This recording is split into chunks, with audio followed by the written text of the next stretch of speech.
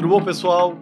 Hoje, quem está com vocês aqui no podcast do FK Carreira sou eu, Pablo Camargo. Estou muito feliz de poder conversar com Ilan Riffer. Ilan, muito legal a sua presença aqui conosco. Espero que você goste. Espero que vocês aproveitem a presença do Ilan aqui conosco. Obrigado pelo convite, Pablo. Boa. Ilan, em 30 segundos, resumindo mais ou menos quem é você na fila do pão, o que você faz? Bom, meu nome é Ilan Riffer, estou com 48 anos, sou carioca, vim para São Paulo em 2003, sou economista, formado na PUC-Rio, e há mais de 25 anos eu trabalho com gestão de patrimônio, com investment management de forma geral. Esse é o resumo de 30 segundos. Boa, legal, muito bem feito. Ilan, então agora vamos voltar mais de 25 anos lá para trás. Você já deu a introdução, você é formado em economia na PUC-Rio. Por que você fez faculdade de economia? É engraçado. Eu acho que as pessoas, às vezes, quando chegam lá para os 17, 16 ou 18, não tem muita ideia do que fazer. Engraçado, eu sempre tive uma ideia do que eu queria fazer. Que legal. Eu sempre quis fazer gestão de dinheiro. Era um negócio que eu queria fazer. Eu gostava de economia. É interessante porque a profissão de economista, você pode fazer algumas faculdades que te levam, na verdade, à parte de gestão, né?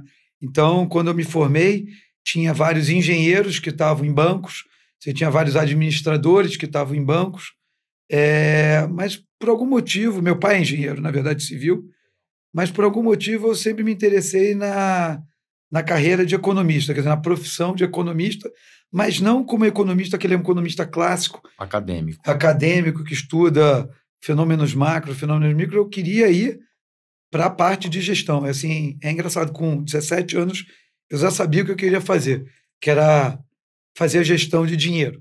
Bacana. Uma curiosidade minha, porque, exato, com 17 anos, eu estava pensando em qualquer outra coisa, menos já ter definido o que eu queria fazer, e a grande maioria das pessoas tem essa mesma situação. Cara, por que você já tinha essa definição? O que te, assim, qual foi o environment, assim, por que isso? Sempre gostei muito de matemática. Tá. Eu sempre gostei muito de, assim, olhar a macroeconomia, ler jornal, entender o que estava acontecendo no mundo, um pouco de geopolítica, um pouco de política.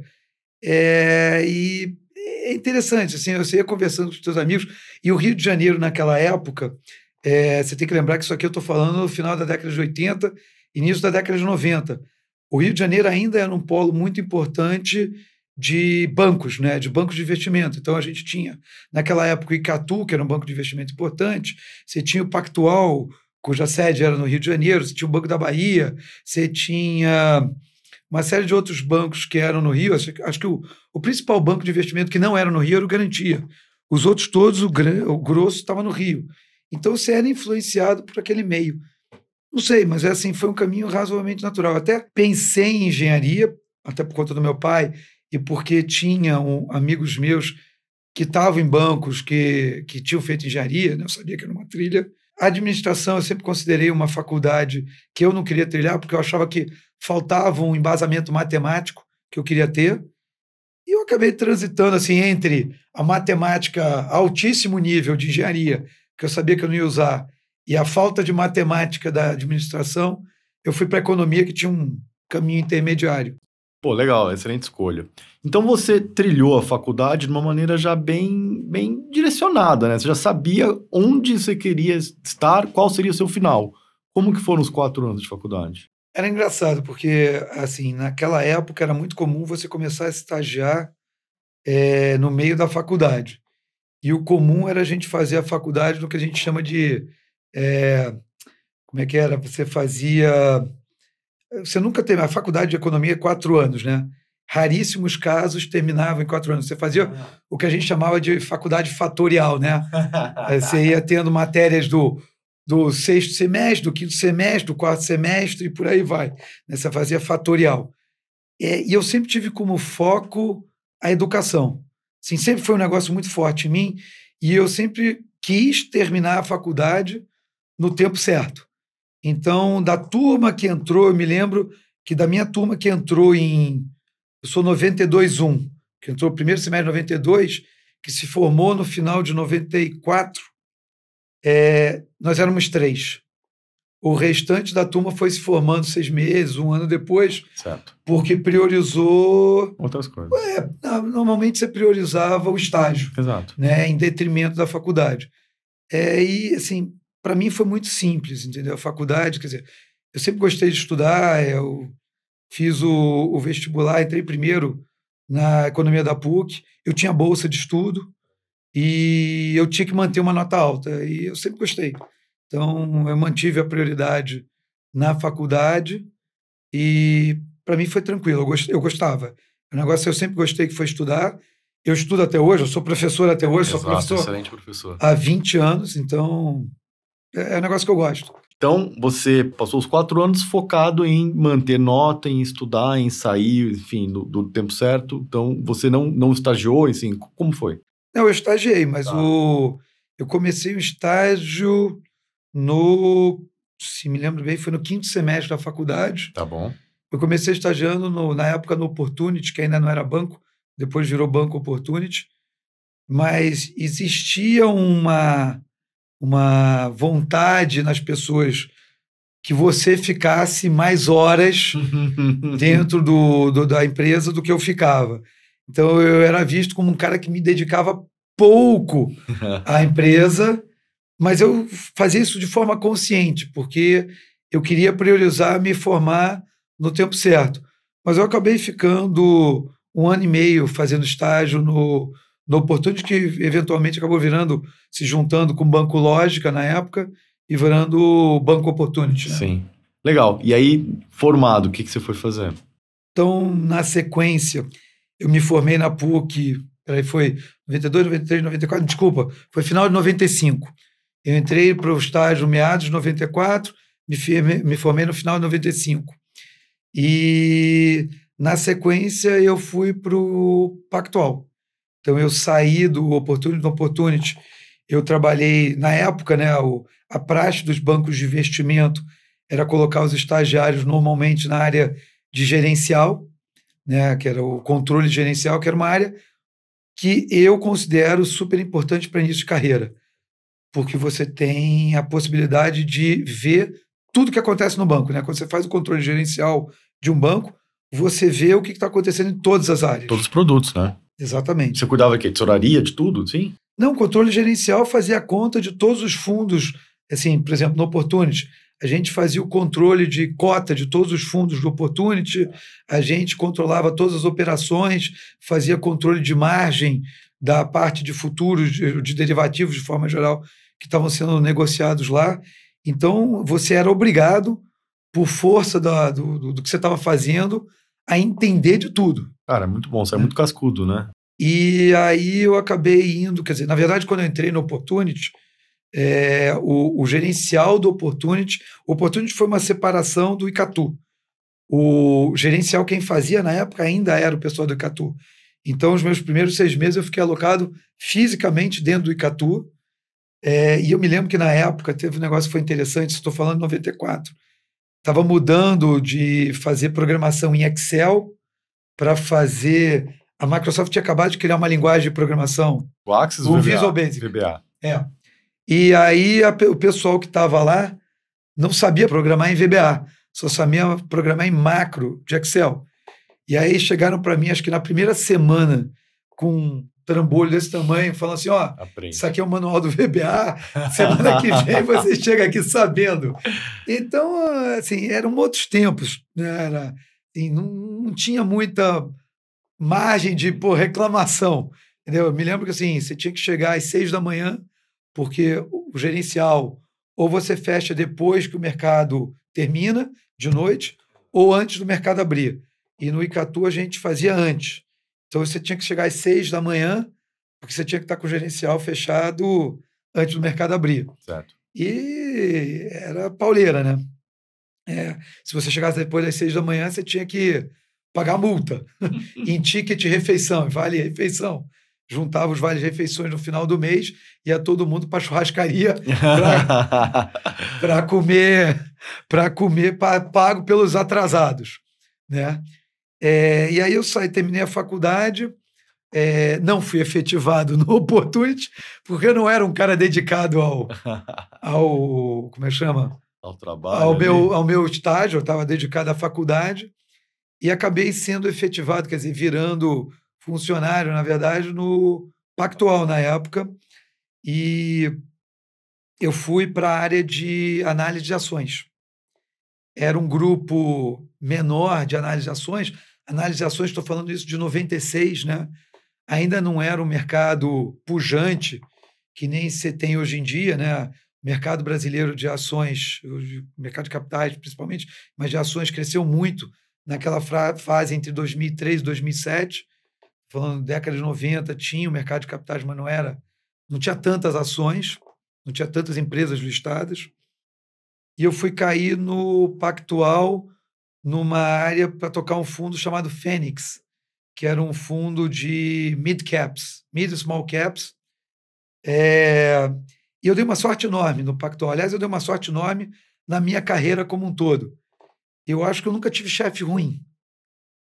Todos os meus chefes foram caras legais. Então, eu tive um cara que foi meu chefe no Opportunity, na época do gerencial, que era o Marcelinho, que era um cara muito bacana.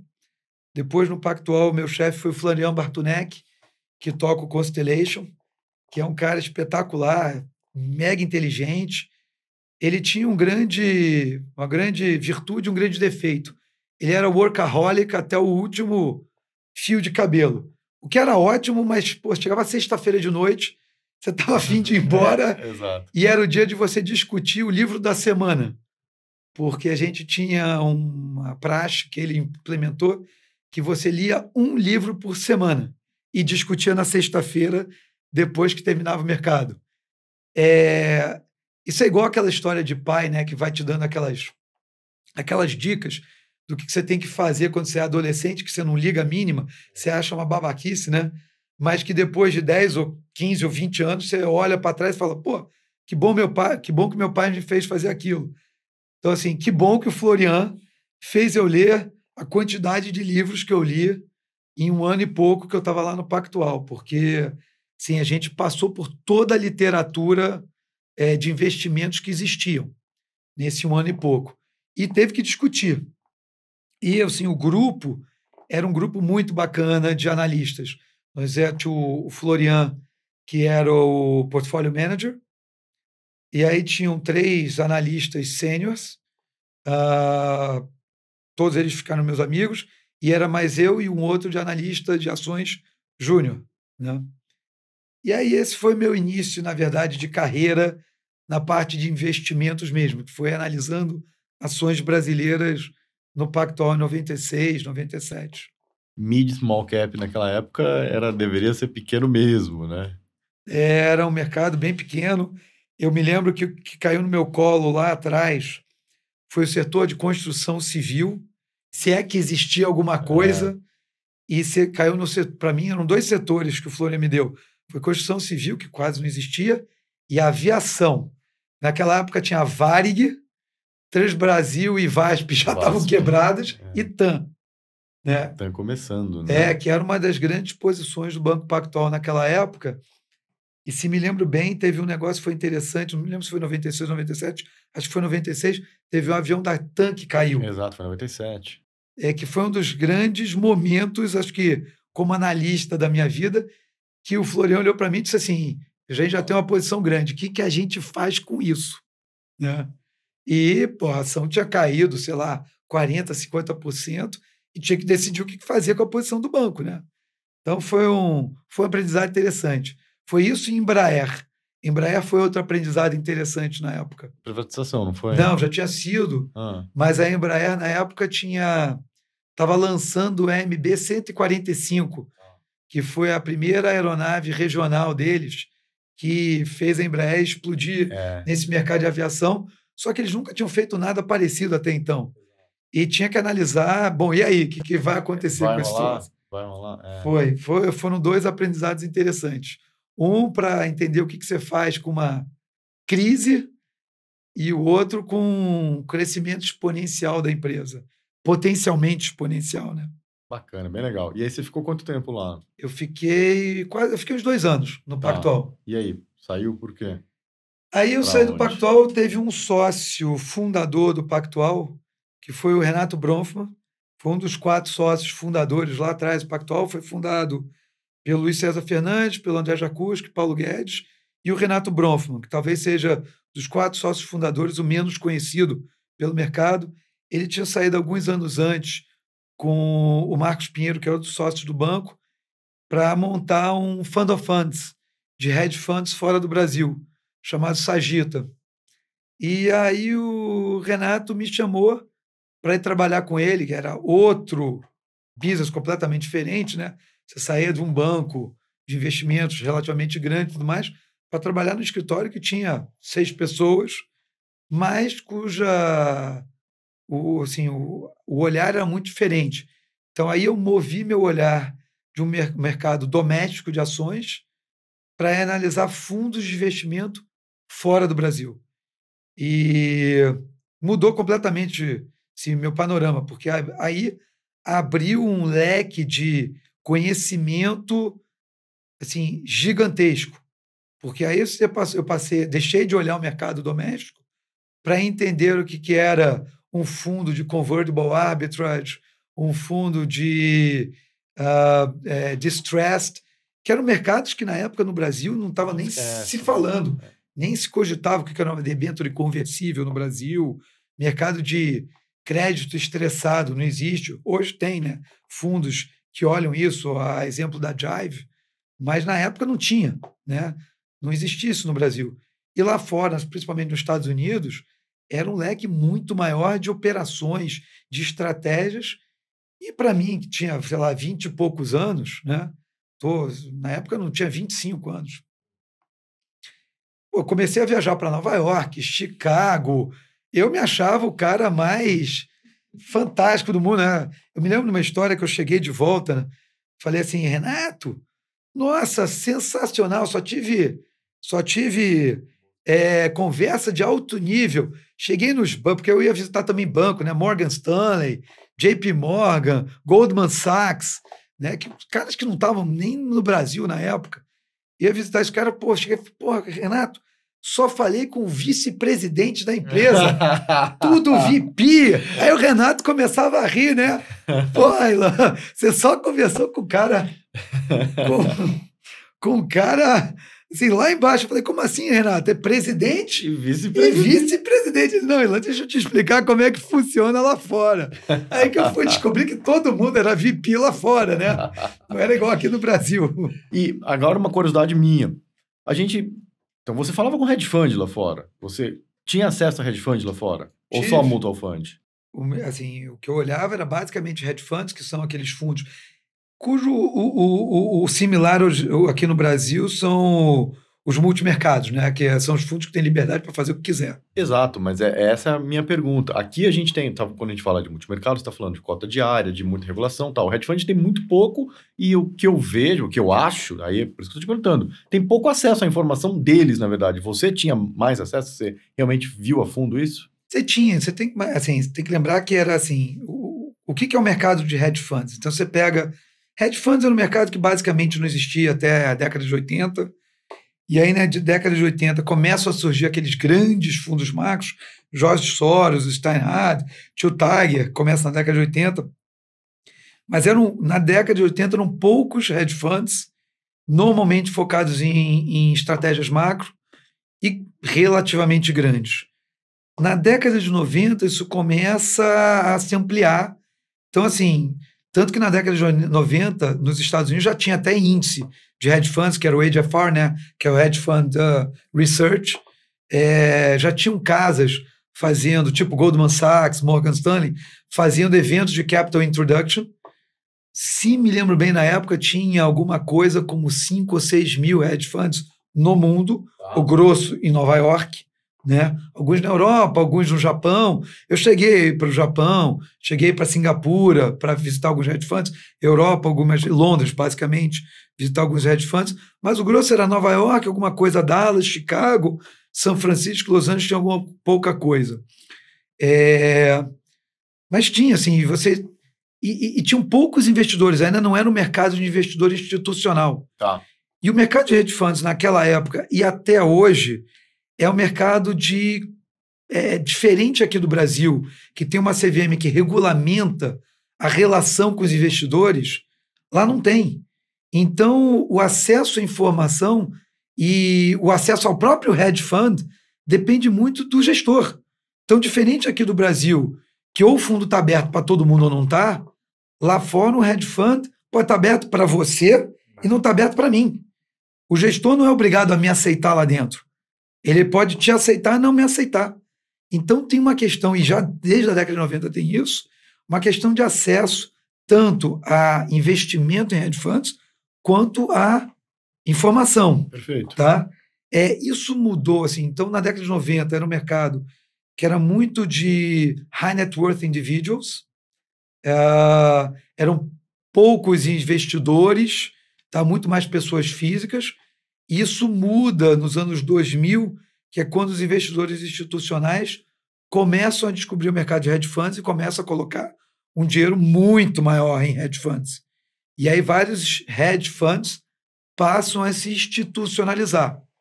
E aí começam a ter a área de investor relation, coisa do gênero, que era um negócio que não existia na década de 90. Na década de 90 não tinha investor relation quase. Entendeu? Você ia lá e conversava com o gestor. Era o cara que te atendia. Já nos anos 2000, isso muda. Então você conseguiu falar, ver, entender tudo, enfim. A coisa rolou. É que tinham poucos investidores, tinham poucos, principalmente, a Sagita era um fund of funds. Sim. Tinham poucos fund of funds. Na verdade, os acessos, assim, não era eu que tinha. Tem que lembrar o seguinte, eu tinha um chefe chamado Renato Bronfman, que foi sócio fundador do Banco Pactual. Sim, então, sim, era um mercado muito personalizado. E até hoje tá? De uma certa forma. Tem um lado institucional, mas ainda tem um lado muito pessoal de quem conhece, quem tem a relação e tudo mais. Ele é muito semelhante hoje em dia, é um mercado que vem crescendo, que é o de venture capital. Então, você ter acesso a boas empresas no mercado de venture capital, às vezes é uma questão muito mais pessoal, tá? Do que institucional. O mundo de hedge funds também até hoje, assim, tem um mercado muito institucional, mas tem um mercado muito pessoal ainda. Tá? Na década de 90 era basicamente pessoal. Então, assim, não ache que era eu com 23 anos ou 24 que abria a porta para lugar nenhum. Eu não abria nenhuma porta. Não, perfeito. Entendeu? Alguém abria a porta para mim, eu passava. Boa, beleza. Mas você passou, então, e viveu, excelente. Não. Você foi lá no tal do LTCM também? A gente nunca investiu no long term capital, sabia? A gente teve alguns casos que a gente nunca teve dinheiro. Long term capital era um, o Madoff era outro, entendeu? A gente escapou bem do Madoff. Na verdade, eu escapei do Madoff durante 15 anos. Né? Eu tive 3 contatos com o pessoal do Madoff e nenhuma das vezes eu investi no Madoff. E assim, em vários estágios da minha vida eu tive contato e acabei não investindo. Boa, legal. Quanto tempo você ficou lá na Sagita? Bom, eu fiquei na Sagita de 97 até 99 e eu saí de lá por um motivo que assim, que vocês vão entender fácil, que todo mundo entende facilmente. Eu sempre tive vontade, depois da faculdade, de continuar meus estudos. É que eu falei, eu gosto de estudar. Exato. Então, quando eu terminei a faculdade de economia, eu queria estudar, e não é que eu queria continuar estudando, eu queria estudar fora do Brasil. Então, em 95, eu apliquei para fazer um MBA em basicamente todas as faculdades principais americanas. E aí eu recebi basicamente a mesma resposta de quase todas elas, que foi, vai trabalhar e volta para conversar com a gente daqui a 3 anos. Né? A única que não me respondeu assim foi Chicago, que me botou no waitlist e depois dos 3 meses mandou uma carta falando, vai trabalhar 3 anos e depois volta para conversar. E aí eu entendi o recado, fui trabalhar, e aí em 98 eu apliquei de novo. E nesse aspecto eu tive um incentivo muito grande do Renato. O Renato, que era meu chefe, foi meu padrinho de casamento e tudo mais, ele tinha feito o IMD na Suíça e se me incentivou muito a fazer o MBA fora. E aí eu apliquei e aí eu descobri que realmente depois dos 3 ou 4 anos, tua chance aumenta muito. E eu fui aceito por basicamente todas as faculdades americanas que eu apliquei e acabei indo fazer o Wharton. Então, eu saí em 99 para ir fazer o MBA em Wharton e aí fiquei de 99 até 2001 lá. Então, eu saí da Sagita para ir fazer o MBA nos Estados Unidos. Pô, lindo. Aí voltou, em 2001, com certeza voltou para o Brasil. Aí, no meio do caminho, eu fiz o Summer na Goldman Sachs, em Nova York. E aí tinha um negócio interessante, né? Porque eu já conhecia um pouco de mercado financeiro, eu sabia o que eu não queria fazer. Então, por exemplo, uma das coisas que eu não queria fazer era investment banking. E aí eu acabei indo. Eu tinha feito toda a minha carreira até então investment management, mas no buy side, né? Que é a parte que faz análise para comprar coisa, investir. Exato. E aí eu fui testar um negócio diferente. Eu fui para Goldman Sachs no Summer para trabalhar no sell side. Eu fui escrever relatório. E eu detestei. E aí eu passei, não da Goldman, mas eu detestei da função. O sell side. E aí eu passei uns quase 3 meses na Goldman em Nova York, trabalhando em Manhattan, fazendo o sell side. Não gostei. Cheguei à conclusão que eu gostava mesmo, era investment management no buy side. E aí, quando eu terminei, eu tinha algumas opções. Eu tinha um convite para ir trabalhar na Goldman Sachs, que realmente é sempre tentador, né? Exato. Eu tinha um convite para ir para a McKinsey, que para mim era assim, eu me lembro na época, isso foi 2001, deve ter sido uma das propostas mais obscenas que eu já tive em termos de remuneração.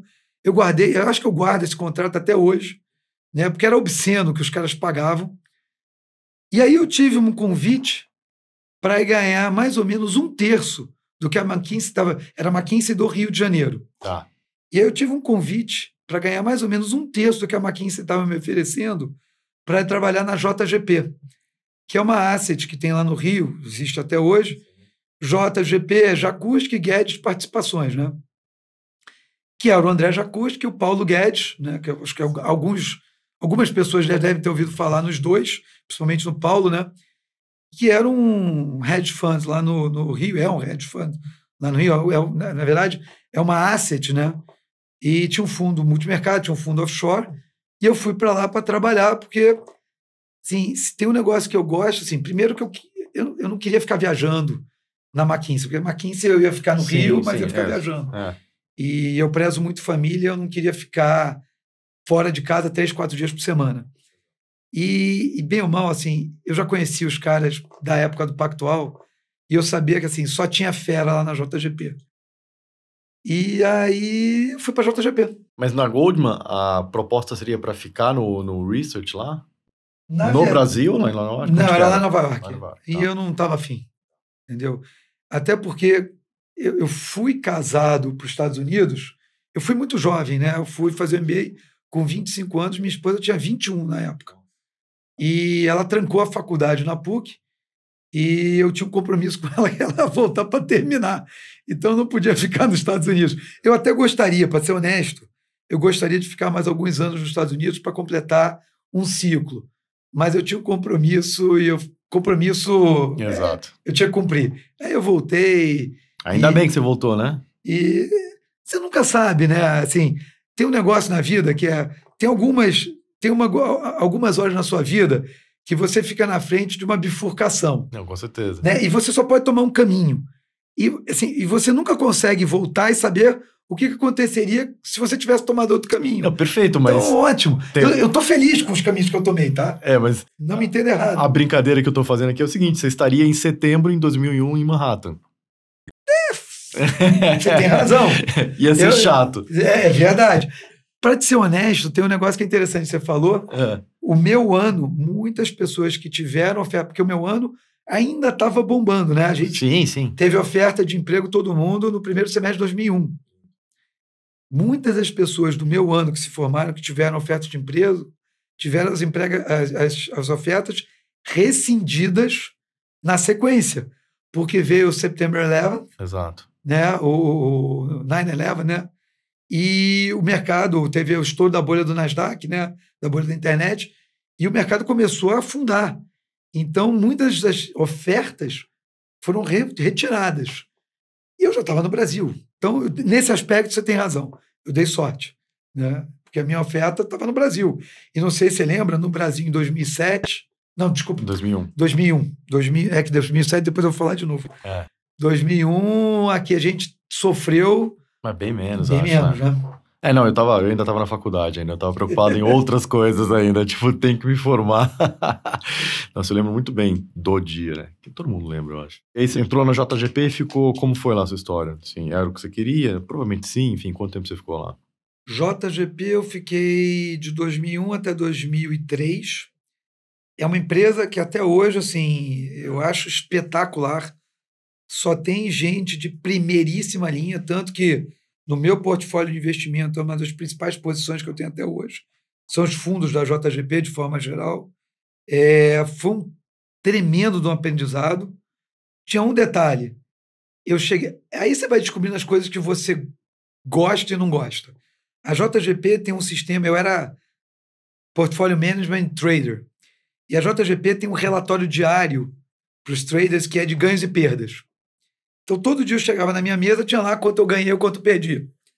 E tem um negócio que é de behavioral finance, que é finanças comportamentais, que é um assunto que eu gosto, Sim. que é o seguinte: toda perda ela tem um impacto negativo no teu emocional do que a ganho igual. maior do que um ganho proporcionalmente. Por isso que eu saí do mercado. Eu sofro muito com isso. Pois é, e eu sofria, porque era taxímetro. Todo dia tinha lá, você ganhou 1 milhão, você perdeu 1 milhão, você ganhou 1 milhão, você perdeu 1 milhão. Só que se você ficasse no 0 a 0, o resultado emocional era negativo. Exato, por isso que eu saí. Assim, falei, o valor esperado da minha vida é ser um cara triste. E aí eu comecei a olhar aquele troço e falar, eu me sentia angustiado. E aí? Eu me sentia angustiado, porque eu não conseguia lidar com aquela montanha russa, porque o mercado é muito nós, né? Sim, normalmente os teus ganhos e perdas, eles vêm no longo prazo. No dia a dia, tem muito nós de ganho. Você ganha um dia, perde no outro dia, ganha no outro dia. Assim, e aí foi um negócio, foi um aprendizado que eu fiz, que assim, aí é pessoal.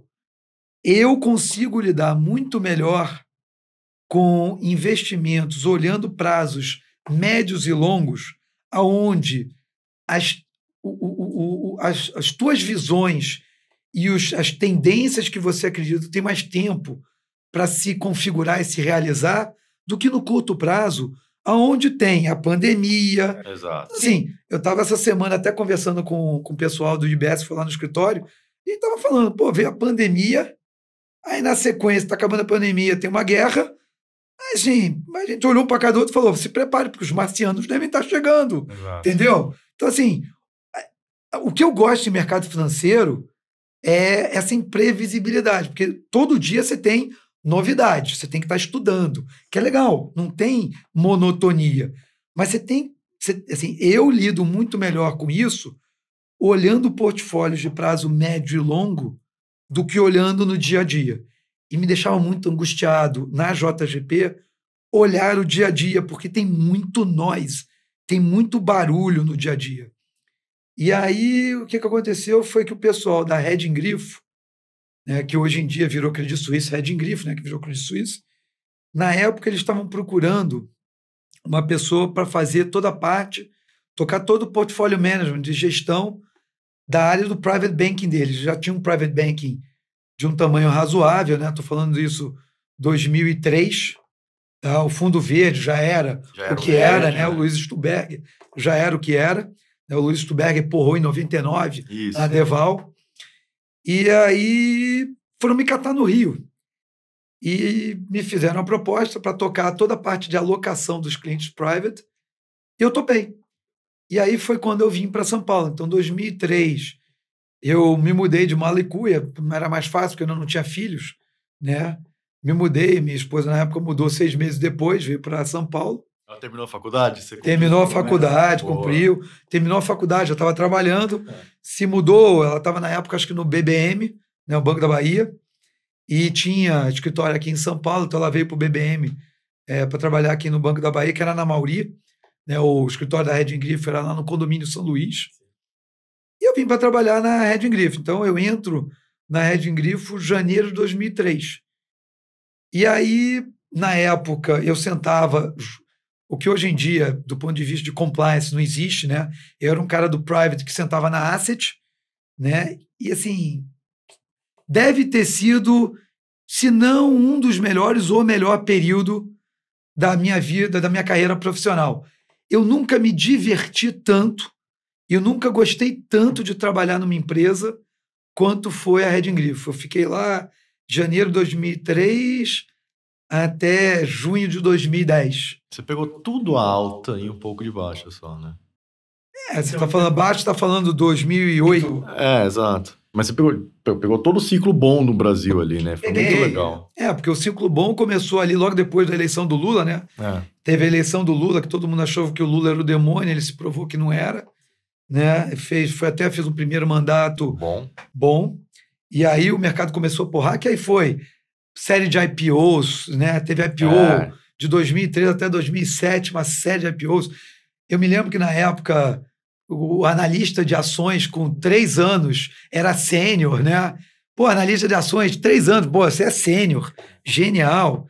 Né? Porque não tinha profissional de mercado, né? O mercado teve um boom, mercado financeiro, 2003 até 2007. E, assim, acabei ficando lá, virei sócio. Era uma turma legal, era uma empresa com um espírito bacana, com um DNA bacana, horizontal, sem burocracia, não tinha cargo.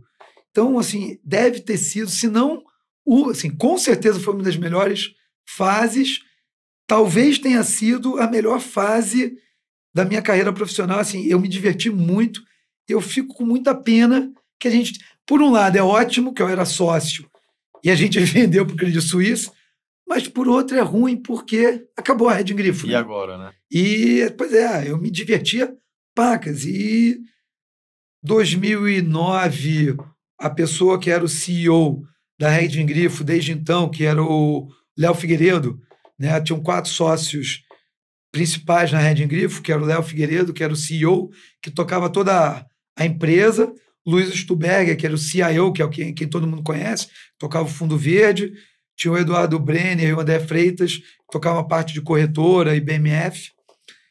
E o Léo, ele se desliga da empresa em dezembro de 2009. Quando ele se desligou, o Credit Suisse passou a ser mais atuante lá dentro. E aí era uma empresa que era de 300 pessoas, virou uma empresa de, acho que na época eram 15 mil funcionários, não me lembro exatamente quantos, com hierarquia, burocracia, não sei o quê. Sim, tem gente que gosta, e assim, não é para mim, entendeu? E aí eu acabei me desligando em 2010 da Red Grifo. Mas, sim, dá saudade, dá muita saudade. Assim, e foi um aprendizado bacana, é uma turma legal, sim, são todos meus amigos até hoje. Eu gosto muito dessa turma que era lá na Red Grifo. É bacana, assim, fazer amizade no mercado é importante. Pois bom, é gostoso, é o que movimenta a vida. Pois é. E aí, o que você foi fazer depois? Bom, quando a gente vendeu a Red Grifo 2006 para 2007, a gente assinou um termo de não competição que eu acho que ninguém nunca viu no mercado, que eram 8 anos. Então a gente ou podia trabalhar no Credit Suisse Red Grifo, ou podia trabalhar em seguradora. Seguradora a gente podia trabalhar. Podia trabalhar em qualquer outra coisa que não fosse mercado financeiro, ou tocar capital próprio. Eu saí da Red Grifo. O que aconteceu? Tinha uma série de outros ex-sócios que tinham saído. Um deles, inclusive, era o Léo. O Eduardo, que era um outro dos sócios fundadores lá, principais, já tinha saído também. E juntou um grupo de ex-sócios da Red Grifo no escritório ali na Faria Lima, com o Tabapuã, que formou o que a gente chamava na época de um family office, né? Não era exatamente o family office, mas era um escritório de investimentos nosso. Para continuar se divertindo.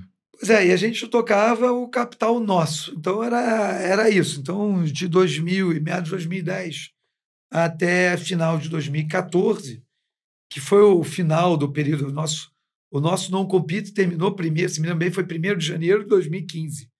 Né? O que a gente podia fazer era tocar capital próprio. Mas foi divertido, porque tinha uma massa de recursos razoável.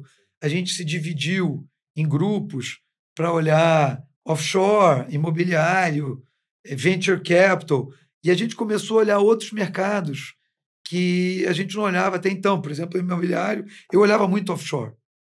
O imobiliário e venture capital era um negócio que eu particularmente, não tinha olhado até então. Aí, bom, oportunidade de aprender. E aí a gente começou a gestar lá dentro do escritório um embrião do que seria o nosso business quando terminasse o non-compete, que a gente abriu para clientes em 2015, que foi uma asset / wealth management chamada Mogno. Então a gente fundou, nós éramos 5 sócios, a gente fundou a Mogno Capital a gente abriu a empresa, o CNPJ, em 2014 e abriu ela para cliente quando acabou o non-compete em 2015 e passou a funcionar, e a gente tinha a área de venture capital, a área imobiliária, uma área de offshore, e aí eu tive uma experiência diferente, que é uma experiência de empreendedor, Sim. que eu não tinha tido até então, né? Eu era gestor, continuei sendo gestor, mas aí eu passei a aprender o que é Outro lado, né? gerir uma empresa, que é outro bicho, né? Você vai ter que lidar com gestão de recursos humanos, né? Captar cliente, colocar, quer dizer, contratar gente, demitir gente, que não é nada legal, né? Contratar é muito bacana, demitir não é bacana. Não é um dia bom. Lidar com o dia a dia de clientes, tudo. Dia a dia de clientes eu já estava acostumado por causa da Red Grifo, porque apesar de ser gestor, você sempre tem que conversar com o cliente. Responde pela posição. Mas você tem uma série de outras funções que você não tem numa empresa como a Red Grifo ou num Family Office, que é gerir o dia a dia de um negócio. E Gostou? Foi muito divertido. Foi muito divertido. A Mogno deu certo. E aí a gente chegou num ponto Foi 2000. A gente virou lucrativo em 2019. Foi o primeiro ano que a gente efetivamente. A gente começou em 2015. O primeiro ano que a gente deu lucro de verdade. A gente brequivou, se me lembro bem, em 2018. E 2019 a gente deu lucro. Boa. E aí a empresa chegou num caminho. Assim, desde o início, eu e alguns outros sócios, a gente tinha direções que a gente queria tomar lá desde o início, que a gente sabia que eram diferentes. E só que no início da empresa, isso não ficou muito claro. Quer dizer, você não tinha chegado lá.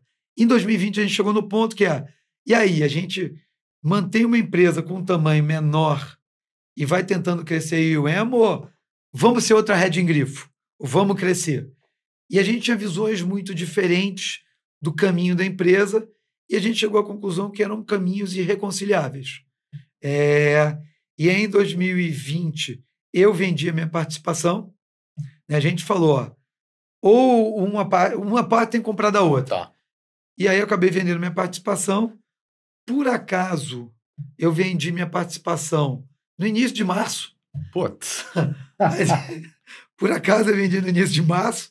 Você deve lembrar o que aconteceu em março de 2020. E fui para casa. Falei, bom, beleza. Ficou um tempo em casa, né? Como todo mundo. Eu ia tirar um tempo em casa, de repente apareceu a pandemia. Falei, bom, agora sou obrigado a ficar em casa mesmo, né? E na época...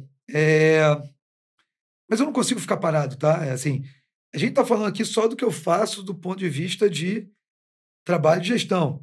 Assim, eu não consigo ficar parado. É o que eu te falei, eu dou aula há 20 anos, eu dou aula em faculdade, dei aula no IBMEC lá atrás, no Rio de Janeiro, que o Paulo Guedes era dono do IBMEC na época que eu estava na JGP, né? Ele me chamou para dar aula no IBMEC. Sou sócio de 15 empresas, estou no board de 6. Então, eu tinha uma série... Sou conselheiro de 3 ONGs, né? Fui presidente de uma durante 6 anos. Então, eu não consigo ficar muito parado.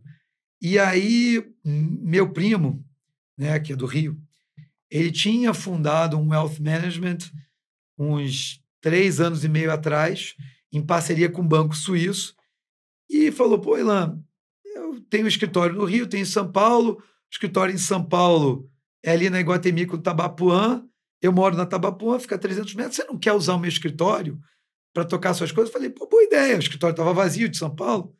Pô, Ilan, você não quer me ajudar a tocar parte de investimento? Você entende? A gente não tem muita expertise. Eu falei, beleza. Você não quer integrar e montar um conselho de investimento? Eu falei, legal. Pô, você não quer contratar uma turma aqui? Então, eu vou te ajudar a contratar uma turma. Você não quer me pagar, porque dado que eu tô fazendo tudo isso, né? Não, assim, você não quer conhecer lá a turma na Suíça, que é a principal vamos sócia? viajar, Vou. vamos. Fui 2 vezes para a Suíça, conheci a turma lá. Mas lá, você não quer ser sócio nesse troço? Falei, porra, boa ideia. E aí, acabei virando sócio na 1618 Investimentos, que é muito, do ponto de vista formal, é muito parecido com o que era a Mogni, né? É uma asset registrada na CVM, mas ela tem um foco muito mais de multifamily office, né? De tocar a carteira e a vida de pessoas físicas e famílias. E na prática o que eu tenho feito, sim, 2021, 2022, né? Eu passei um ano namorando essa ideia Legal. de ir para lá, acabei virando sócio, e assim, no fundo, é o que eu gosto, é que eu expandi um pouco o horizonte além da parte de investimento.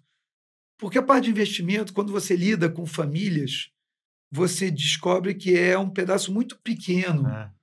Quer dizer, é um pedaço, é importante, Sim, mas é uma parcela do que você tem que olhar. Tem muitas outras coisas ali. Então, você tem aspectos que são sucessórios, tributários, de governança. Muitas vezes tem uma empresa familiar. Então, é legal porque eu venho aprendendo, e eu gosto muito de aprender, coisas que eu nunca tive que lidar, que é essa parte sucessória. Tinham 2 faculdades, para ser honesto, que eu tinha vontade de fazer. A segunda eu nunca fiz, que era de Direito. Tá?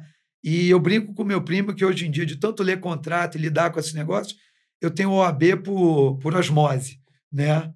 Porque eu tive que estudar esses troços todos.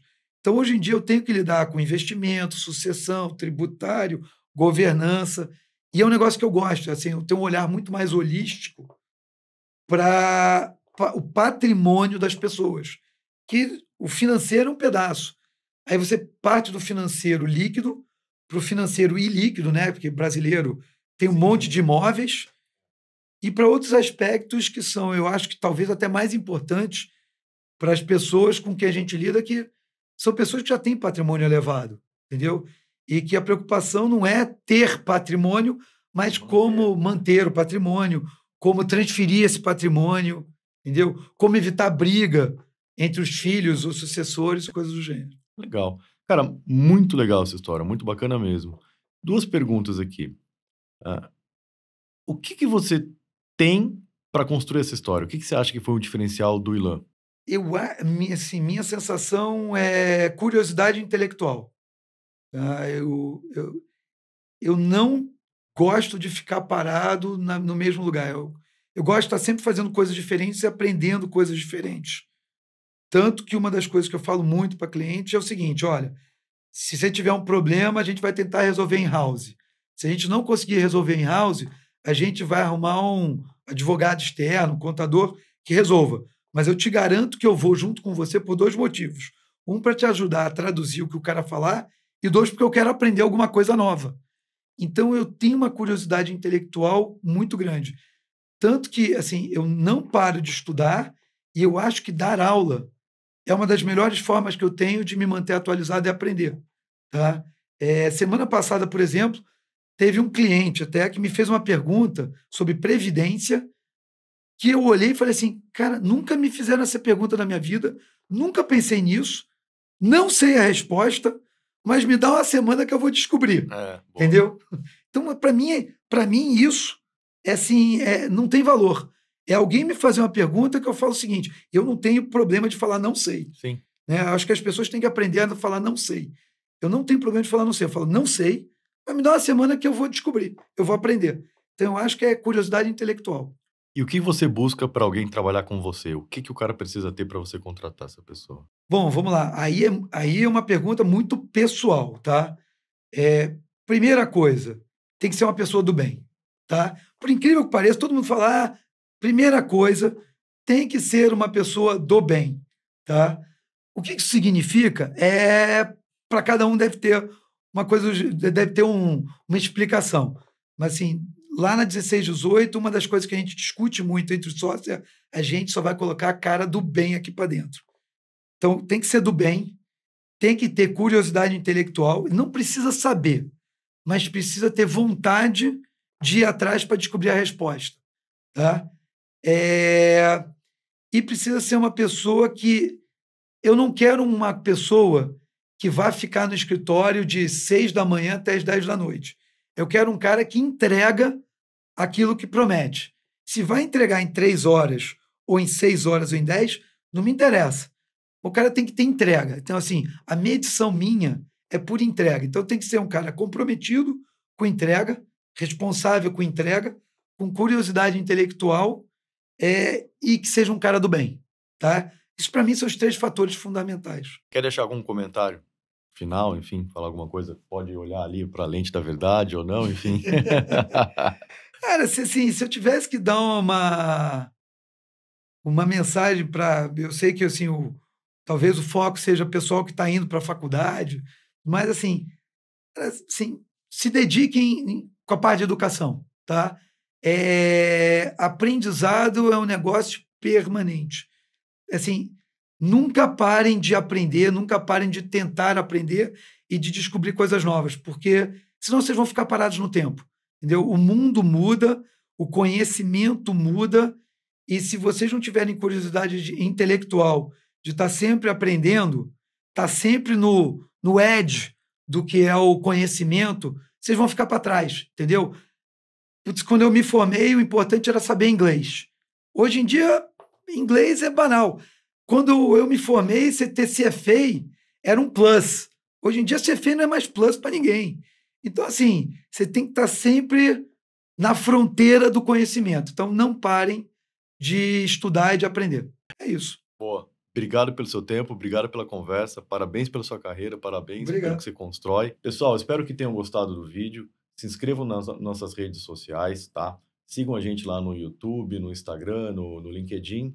Compartilhe o vídeo com os amigos, tá? E coloque alguma coisa no comentário se você quer ver outra pessoa aqui, enfim, sugerir algum tema. A gente está sempre aberto a ajudar vocês.